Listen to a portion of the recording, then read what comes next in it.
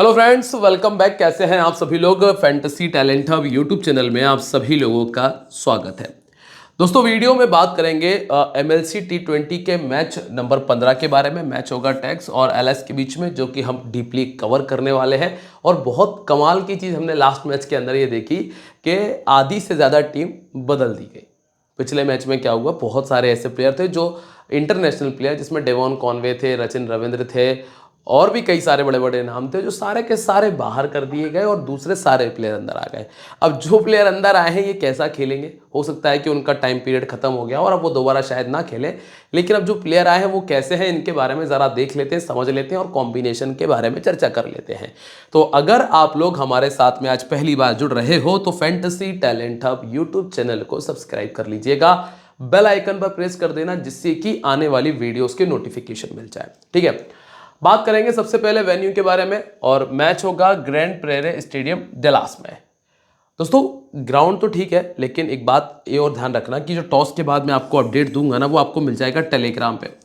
और अगर आप लोग टेलीग्राम पे नहीं हो तो वीडियो के डिस्क्रिप्शन में चले जाना कमेंट सेक्शन में, जहां से आपको आसान लगे वहां से जाकर टेलीग्राम पर मेरे साथ में जुड़ जाइएगा।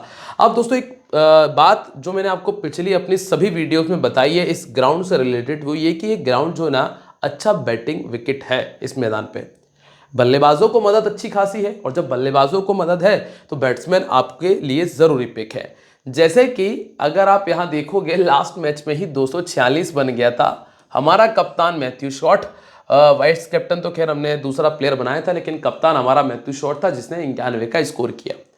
यहाँ पे फैफ डु प्लेसिस ने 69 किया।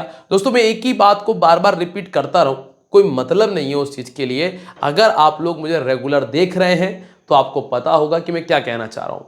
मेरे कहने का सीधा सीधा मतलब यह है कि जब जब बैटिंग विकेट आएगा तब तब आपको टॉप 3 से अगर एक भी अच्छा प्लेयर है तो वो बड़ा स्कोर करके दे जाएगा। जैसे कि यहां पे शॉर्ट ने स्कोर कर दिया, यहां जॉन्स ने कर दिया था, यहां डिकॉक ने कर दिया था, यहां डु प्लेसिस ने कर दिया। सभी टॉप ऑर्डर में बैटिंग कर रहे हैं, और टॉप ऑर्डर तो टॉप ऑर्डर ओपन कर रहे हैं। और क्या लोगे आप कि आपको ज्यादा भटकने की आवश्यकता नहीं है। अब मैंने एक और चीज आपको बताई थी कि विकेट उतने से ही जा रहे हैं। जैसे कि अगर आप यहां देखोगे, सिर्फ 6 विकेट, यहां भी सिर्फ 6 विकेट, यहां भी 6, यहां 3, यहां जरूर 8 चले गए थे। 4 4 6, 4 से लेकर 6 विकेट गिर रहे हैं मात्र। तो टोटल जब आपको 10 ही विकेट पूरी इनिंग में देखने मिल रहे हैं तो 2 बॉलर से आपका काम चल जाने वाला है। क्योंकि या तो सभी को एक एक विकेट मिल रहा है, या तो ये हो रहा है, या फिर पॉसिबल है कि किसी इक्का दुक्का गेंदबाज को 2 विकेट मिल रहे हैं। तो ज्यादातर बल्लेबाज, 4 बल्लेबाज हैं, चारों रख लीजिए, 5 4 दूसरी इनिंग के रख लीजिए, तो 8 बल्लेबाज आ गए। चलो 8 नहीं, 7 कर लो, तो 4 गेंदबाज से आपका काम चल जाएगा। तो ये जो सारी चीजें हैं ना दोस्तों, ये मैं आपको हर एक वीडियो में बता रहा हूं और हर वीडियो में चल भी रही है।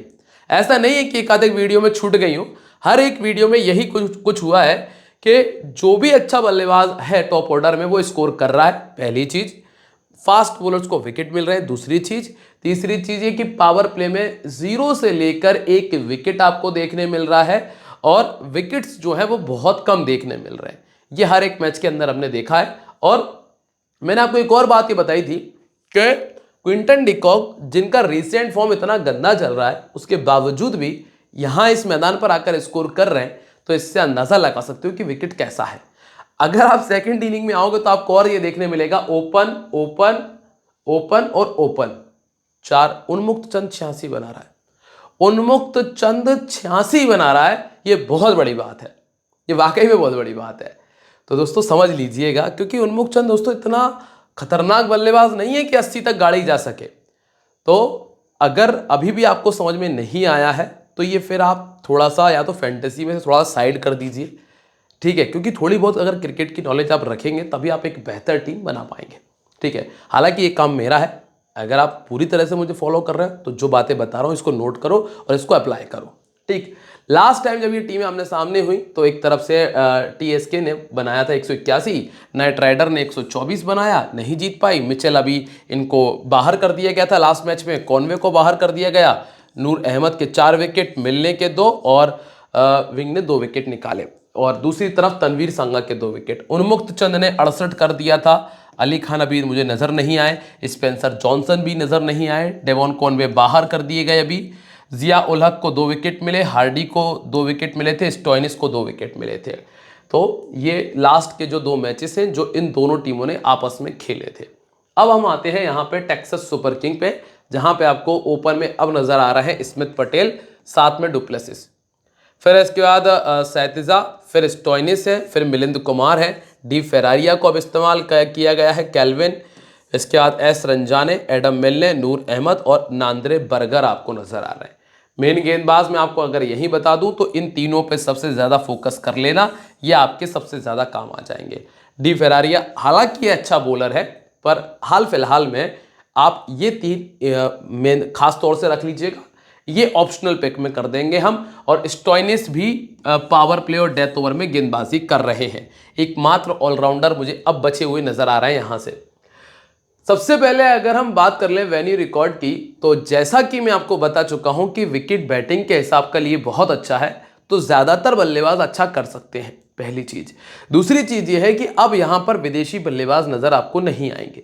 इनके हिसाब से विदेशी बल्लेबाज सारे, मतलब अब अपने लिए तो सारे विदेशी हैं, लेकिन इनके लिए जैसे कि अब सैतिजा खेल रहे हैं, मिलिंद कुमार खेल रहे हैं, अब ये तो लोकल प्लेयर है, इनका एवरेज आपको 22 और 11 का नजर आ रहा है। स्टोइनिस ने हालांकि उतना अच्छा नहीं किया है, इनका सिर्फ 16 का ही एवरेज है, कैल्विन का 34 है। अब डुप्लेसिस का देखोगे तो 13 मैचेस में 5 बड़े स्कोर बना चुके हैं, स्ट्राइक रेट भी 150 से ऊपर का है। तो डुप्लेसिस तो खैर कंफर्म है, और पटेल ने 1 में 24 किया। गेंदबाजी में कैल्विन को 4 विकेट मिले, फेरारिया को नहीं मिल पाया, स्टोइनिस को 9 विकेट मिले, मिलने को 4 विकेट मिले हैं, नूर अहमद क्वालिटी बॉलर हैं, इनको 9 विकेट मिले हैं, और बर्गर को 3 विकेट पहले मिल चुके हैं। अब यहां पर पहला नाम है पटेल का, जिन्होंने अपने T20 मैचेस में 7 मैच खेले हैं, 116 रन बनाया, एवरेज 17 का और एकमात्र 50 है। अब जैसा कि हमें पता है कि भैया विकेट वैसे तो बहुत अच्छा है बैटिंग के लिए, लेकिन ऐसे प्लेयर को जिसका बैटिंग एवरेज सिर्फ 17 का है, स्मॉल लीग में रखना रिस्की है चॉइस। तो अगर आप रखना चाहते हो सिर्फ इस बेसिस पे कि भैया विकेट अच्छा है, तो ग्रैंड लीग में ही ट्राई कर पाओगे, स्मॉल लीग में नहीं कर पाओगे। ग्रैंड लीग में भी सेकंड बैटिंग करते हुए इन्होंने 21 के एवरेज को मेंटेन किया, पहले बैटिंग करते हुए 16 का एवरेज है। लेग स्पिन जो गेंदबाजी है वो इनको 2 बार पहले आउट कर चुकी है, वो भी सिर्फ 9 गेंदों के अंदर। यहाँ पे तनवीर सांगा है, पर तनवीर सांगा जो है ये पावर प्ले में गेंदबाजी नहीं करते, तो ये दिक्कत नहीं है। नंबर 2 पे जो है डुप्लेसिस, अब इनको तो आपको रखना ही है, क्योंकि पिछले दोनों मैचेस में स्कोर किया जो इस मैदान पर खेले गए, ठीक है। 29 का बैटिंग एवरेज, 6 बड़े स्कोर है। हालांकि जिस टीम के सामने ये मैच खेल रहे हैं, ये वाला, इस टीम के सामने इनका बैट नहीं चल पाया, पर अब गेंदबाजी बहुत डिफरेंट है। राइट आर्म फास्ट बॉलिंग के सामने 6 बार आउट हुए हैं, और राइट आर्म ऑफ स्पिन के सामने 2 बार आउट हुए हैं अपनी पिछली 40 गेंदों में। ये दोनों तरह के बॉलर यहां पर मौजूद नहीं है। इनका सेकंड बैटिंग में 3 बार 50 से ऊपर का स्कोर है। डुप्लेसिस ना सिर्फ कंफर्म है, टीम में शामिल है, कैप्टन वाइस कैप्टनसी की चॉइस है, लगभग 35 से 40 का स्कोर एक्सपेक्टेड है जो आपको दे जाएंगे। इसके बाद नंबर 3 पर हैं आपके लिए सैतिजा, जिन्होंने 5 इनिंग में 110 रन बनाए, एवरेज 22 का है। लगभग 38, 30, 31 ये स्कोर करते आ रहे हैं, 50% लोगों ने टीम में रखा हुआ है। अगर आपके पास कोई और दूसरी चॉइस नहीं है तो आप इन पर आ जाइएगा। अभी के लिए ये ऑप्शनल पिक है, कंफर्म नहीं है, कंफर्म पिक नहीं है। कंफर्म पिक अब आपको कौन मिलेगा? आपको मिलेगा स्टोइनिस का। फाइनली पिछले मैच में क्या किया? 35 का स्कोर किया। डेथ ओवर में 20वां ओवर लेकर आ रहा है, और अगर 20वां ओवर आ रहा है तो विकेट के चांसेस भी हाई हो जाते हैं। वैसे तो बॉलर्स के पास में कुछ है नहीं इस मैदान पे, लेकिन जितने अगर एक विकेट भी निकालते हैं तो वो प्लस पॉइंट रहेगा।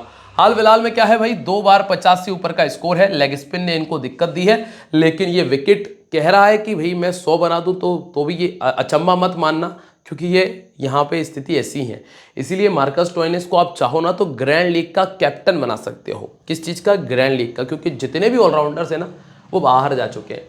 वो अब इस मैच, पिछले मैच में तो नहीं खेले थे, आज के मैच में अगर आ जाएंगे तो फिर उन पर विचार किया जाएगा। दोनों इनिंग्स में 1-1 50 है। तनवीर सांगा अकेले ऐसे गेंदबाज है जो इनको दिक्कत देंगे।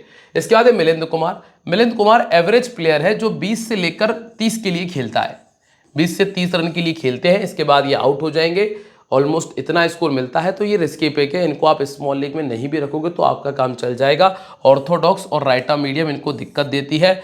स्कैल्विक, रसेल, होल्डर, ड्राई, 4 ऐसे बॉलर है जो इनको परेशान करेंगे। इसके बाद है फेरारिया। फेरारिया बैटिंग कर लेते हैं, देखिएगा 23 का एवरेज 350 है, पर बॉलिंग नाम मात्र है कि 10 इनिंग में 8 ही विकेट है। तो हाल फिलहाल की स्थिति में जब 6 नंबर तक बैटिंग जा ही नहीं पा रही है तो फिर आप कैसे टीम में रख लोगे। अगर एक खिलाड़ी भी ऊपर से खड़ा रह गया ना तो फिर आपको बामुश्किल 5 नंबर 6 नंबर तक बैटिंग पहुंचते हुए नजर आती है। इसीलिए यहाँ चांसेस ना के बराबर है कि इनको टीम में प्रायोरिटी से रखा जाए, वो नहीं है। एक आधे टीम में रख लो क्योंकि इस टीम का टॉप ऑर्डर अच्छा नहीं है। अगर प्रमोशन मिल जाए तो एक अलग बात है, तो डिफरेंशियल पिक का काम कर जाएगा क्योंकि 10% लोगों ने रखा हुआ है, तो ये आपके लिए डिफरेंशियल का काम कर सकता है, प्राइम चॉइस नहीं है। ठीक है, इसके बाद अगला नाम है कैल्विन का, जिन्होंने ऐसा कुछ खास किया नहीं है। पहले मैच को हटा दिया जाए तो 30 का एवरेज है, छोड़ के चल रहा हूं, यहां पे दिमाग नहीं लगाते हैं। शुभम रंजाने पर भी दिमाग नहीं लगाना, इनको छोड़ दीजिए दोस्तों। बस अगर बैटिंग डाउन चेंज कर देंगे ना तो एक अलग बात है, बैटिंग डाउन चेंज नहीं किया ना फिर कोई समस्या नहीं है। इसके बाद नांद्रे बर्गर, इनको लेके चलूंगा मैं। 22 इनिंग 25 विकेट है, पहले बॉलिंग करते हैं तो 15 विकेट है, सेकंड बॉलिंग करते हैं तो 10 है, क्योंकि डेथ ओवर में भी आपको मिलेंगे। मिलने 80% लोगों ने ऑलरेडी रखा हुआ है, तो यहां तो आपको वैसे भी दिमाग नहीं लगाना, स्मॉल लीग में आपके काम आ जाएगा। और इंपॉर्टेंट पिक है नूर अहमद का, चाहे विकेट मिले या ना मिले, ये अच्छा बॉलर है। अच्छा बॉलर मतलब अच्छा बॉलर है, तो नूर अहमद को रखना पड़ेगा आपको। तो ये एक ऐसा चॉइस है कि आप इसको इस मैच में कैप्टन भी बना सकते हो, ठीक है, क्योंकि आपके पास इस मैच के अंदर ना ऐसी बहुत बड़ी चॉइसेस नहीं है। डुप्लेसिस को अगर हटा दिया जाए ना, और मुझे ऐसा कोई प्लेयर दिख भी नहीं रहा है कि जो लगातार स्कोर बड़ा कर सके, ठीक है, मतलब जिस पे आप ज्यादा ट्रस्ट करोगे कि हाँ ये बड़ा कर देगा। यहाँ पे आपको मिलते हैं उन्मुक्त चंद, एलेक्स हेल्स। दोस्तों ये तो हम डिस्कस करेंगे ही करेंगे, पर थोड़ी सी मुझे उम्मीदें आप लोगों से ये हैं कि लाइक और शेयर कर दिया करो वीडियो को। कमेंट कर दोगे तो और अच्छा लग जाएगा भैया, तो कमेंट कर देना, साथ में वीडियो को शेयर कर दीजिएगा। उन्मुक्त चंद, नीतीश कुमार, सैफ बदर, रॉबमैन पॉवेल, शेरफिन रदरफोर्ड, रसेल, होल्डर, स्कैल्विक और इसका कॉर्नी ड्राई और तनवीर सांगा। पावर प्ले डेथ ओवर में आपको जो गेंदबाजी नजर आएगी उसमें रसेल हो सकते हैं, होल्डर डाल देंगे और कॉर्नी ड्राई कर देंगे। उन्मुक्त चंद 33 का बैटिंग एवरेज, 2 बार 50 से ऊपर का स्कोर। एलेक्स हेल्स ने 1 में 1, नीतीश कुमार 7 में 93, सैफ बदर 3 में 65 और बाकी नीचे ऐसा कुछ खास नहीं है। रोमन पोवल पे नजर रखना। रदरफोर्ड 7 में 62 और रसेल 7 में 198। रसेल ने 5 विकेट निकाले हैं, बाकी किसी का ऐसा कुछ खास परफॉर्मेंस है नहीं, तो यहाँ पे आपको ज़्यादा दिमाग नहीं लगाना। अब उन्मुक्त चंद क्या कर रहे हैं, एक तो आपके लिए इजी चॉइस है क्योंकि ये विकेट कीपर में आपको मिल जाएंगे। अब विकेट कीपिंग में आपको 2 चॉइस मिल रही है, या तो पटेल को रख लो सामने वाली टीम का जो ओपनिंग बल्लेबाज है, या फिर आप इसको रख लो उन्मुक्त चंद को। अब चूंकि उन्मुक्त चंद पिछले 2 मैचेस में 50 लगा चुके हैं, एक 50 यहाँ लगा चुके हैं, एक यहाँ लगा चुके हैं, तो फिर ज़्यादा विचार विमर्श का सवाल है ही नहीं यहाँ पे। तो उन्मुक्त चंद आपके लिए एक कन्फर्म चॉइस जैसा हो चुके हैं स्मॉल लीग के लिए। तो 13 का बैटिंग 13 बार आउट हो चुके हैं राइट आर्म मीडियम के सामने, एवरेज 15 का है। कैल्विन और मार्कस स्टोइनिस परेशान करेंगे, सेकंड बैटिंग करते हुए अच्छी चॉइस है। इसके बाद एलेक्स हेल्स, ये खिलाड़ी ऐसा है कि 100 बना सकता है। अब चूंकि क्या है कि पिछले 4 मैचेस में ऐसा कुछ खास किया नहीं, 72% लोगों ने फिर भी ट्राई किया हुआ है, तो ये 72% लोग फिर भी विश्वास रखे हुए हैं क्योंकि एलेक्स हेल्स का खेल सबने देखा है। एवरेज आप देखोगे 38 का है, स्ट्राइक रेट लगभग 150 का है, अच्छा प्लेयर है, इसको लेके चलेंगे हम, चाहे वो स्कोर ना करे, क्योंकि ये ऐसा प्लेयर है कि अगर चलेगा ना तो फिर मैच एक तरफा आ रहेगा, इसलिए इसको नहीं छोड़ सकते। इसके बाद नीतीश कुमार, यहाँ आपको इतना दिमाग लगाने की आवश्यकता है नहीं क्योंकि 12 का ही एवरेज मेंटेन कर रहे हैं और सिर्फ 7% लोगों ने रखा हुआ है। स्मॉल लीग आपकी खराब नहीं होगी इनकी वजह से। अब रही बात जीएल की, तो जीएल में भी 25 या 30 तक जा पाएंगे, तो अगर ये इनकी जगह अगर आप कोई गेंदबाज भी पटक लोगे ना जो आपको 1 विकेट निकाल कर दे जाए तो आपका काम बराबर रहेगा, इसलिए यहाँ दिक्कत नहीं है। तो अगर इनके बारे में विचार कर रहे हो तो इससे बेहतर मैं ये कहूँगा कि कोई गेंदबाज पटक लो जो आपको लग रहा है कि हाँ 1 विकेट निकाल कर दे जाएगा। इसके बाद है सैफ बदर, 1 मैच में 54, 1 में 32 कर दिया, 13 इनिंग में 198 रन, एवरेज 18 का है और 18% लोगों ने ही टीम में रखा हुआ है।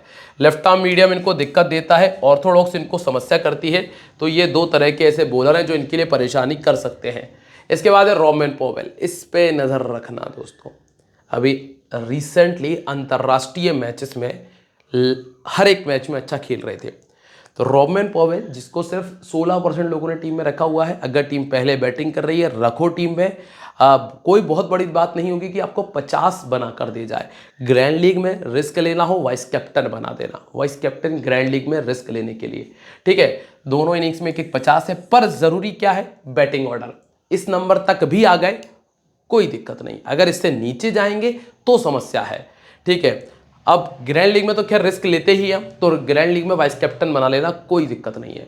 इसके बाद रदरफोर्ड है, 31 का बैटिंग एवरेज है, 46 का हाईएस्ट है, एक पारी 0 विकेट इनके खाते में है। वो बल्लेबाजी इनकी हमने देखी थी आईपीएल में, बड़ी कमाल कर रहे थे, लेकिन अभी रिसेंटली जो इंग्लैंड के साथ T20 मैच खेला, आयरलैंड के साथ खेला था, वहाँ ऐसा कुछ खास किया नहीं, इसलिए लोगों का थोड़ा विश्वास उठ भी गया इनसे। रसेल ने 3 विकेट निकाले, चूंकि डेथ ओवर में गेंदबाजी करते हैं और वैसे भी अच्छा बॉलर है, इसलिए रसेल टीम में कंफर्म है, वाइस कैप्टनसी की चॉइस भी है। और नूर अहमद इनको बल्लेबाजी नहीं करने देगा। जैसन होल्डर भी कंफर्म पिक है, अभी हाल ही में हमने देखा बहुत कमाल की गेंदबाजी रही, 22 इनिंग 34 विकेट, पहले बॉलिंग करते हुए 16, सेकंड बॉलिंग करते हुए 18 विकेट से। इसके बाद है स्कैल्विक। स्कैल्विक दोस्तों ये अच्छा प्लेयर है, ये नीदरलैंड का प्लेयर है, अच्छी बॉलिंग कर लेता है, पर अभी के लिए आपके पास और बेहतर चॉइसेस हैं, तो इसीलिए आप शायद टीम में ट्राई नहीं करोगे, लेकिन हाँ ये है कि 1 विकेट कम से कम आपको दे ही जाएगा। स्कैल्विक अच्छा ऑप्शन है। और कॉर्नी ड्राई की बात करें तो ये पॉसिबल है शायद आयरलैंड का प्लेयर है, क्योंकि 11 इनिंग में 7 विकेट इनके पास है, ये भी ठीक बॉलर है। ये दोनों अच्छे बॉलर हैं, हालांकि इनको कम कम लोगों ने रखा हुआ है टीम में, पर अच्छे बॉलर हैं ये दोनों भी। कॉर्नी ड्राई भी ठीक है और स्कैल्विक भी अच्छा है। इसके बाद तनवीर सांगा, 18 पारी 21 विकेट, 1 विकेट कम से कम ये दे ही जाएगा, तो इसको मैं अपनी टीम में लेके चल रहा हूं, जिनका सिलेक्शन परसेंटेज मात्र 36 के आसपास है। तो ये कुछ ऐसे प्लेयर्स हैं जिन पर आपको फोकस करके रखना है। अब रही बात कैप्टन वाइस कैप्टन की, तो ज्यादातर लोग डुप्लेसिस को बना रहे हैं, रसेल को बना रहे हैं, पर मैं ये सलाह दूंगा कि रिस्क लेते हो तो स्टोइनिस पर आना, अगर रिस्क लेते हो तो, नहीं लेते हो तो कोई बात नहीं। जैसन होल्डर ग्रैंड लीग, नूर अहमद ग्रैंड लीग और रॉबमैन पॉवेल भी ग्रैंड लीग में ट्राई कर लीजिएगा, और वाइस कैप्टन ही ट्राई करना, तीनों कैप्टन मत बनाना किसी को भी इनमें से, ठीक है। टीम कॉम्बिनेशन, उन्मुक्त चंद मजबूरी, डुप्लेसिस कप्तान, एलेक्स हेल्स, रॉबमैन पॉवेल रखा हुआ है, होल्डर रसेल बॉलिंग के लिए, स्टोइनिस बल्लेबाजी के लिए, एडम मिलने, नांद्रे बर्गर, तनवीर सांगा और नूर अहमद। ज्यादा से ज्यादा क्या कर सकते हो कि एक बल्लेबाज और ऐड कर सकते हो यहाँ पे टेक्सास का। कैसे करोगे ऐड? अब आपको एलेक्स हेल्स को ही छोड़ना पड़ सकता है, इसके अलावा और कोई ऐसा प्लेयर नहीं जिसको मैं छोड़ने की सलाह दूं, क्योंकि रॉबमैन पॉवेल थोड़ा ज्यादा ही खतरनाक है। एलेक्स हेल्स ने क्या किया है कि चारों मैचेस में स्कोर नहीं किया है। अगर रिस्क लेना चाहते हो तो ग्रैंड लीग में ये रिस्क ले सकते हो, स्मॉल लीग में लेना है तो 4 मेंबर 5 मेंबर में ले लीजिएगा, ठीक है। बाकी मुझे उम्मीद है, और किस खिलाड़ी को टीम में रखोगे वो मैंने आपको नाम बताया था ना पीछे, मैं आपको फिर से बता देता हूँ, ऐसा नहीं है कि मैं आपको आधे रास्ते छोड़ूंगा। ये है दोस्तों सैतजा। सैतजा जो प्लेयर था ना, उसने लगभग 30-35 रन बनाए, उस पर आप जा सकते हैं, ठीक है। उम्मीद कर रहा हूँ कि यहाँ तक आपको सब कुछ समझ में आ गया होगा, आप लोगों ने वीडियो को लाइक कमेंट और शेयर कर दिया होगा, और आगे आने वाली वीडियोस में आप लोगों से मिलते रहेंगे। ध्यान रखिएगा, this game may be habit forming और financially risky, so please play responsibly. मिलते रहेंगे दोस्तों आप लोगों से अपनी अगली वीडियो में, तब तक के लिए बाय, जय हिंद, जय महाकाल।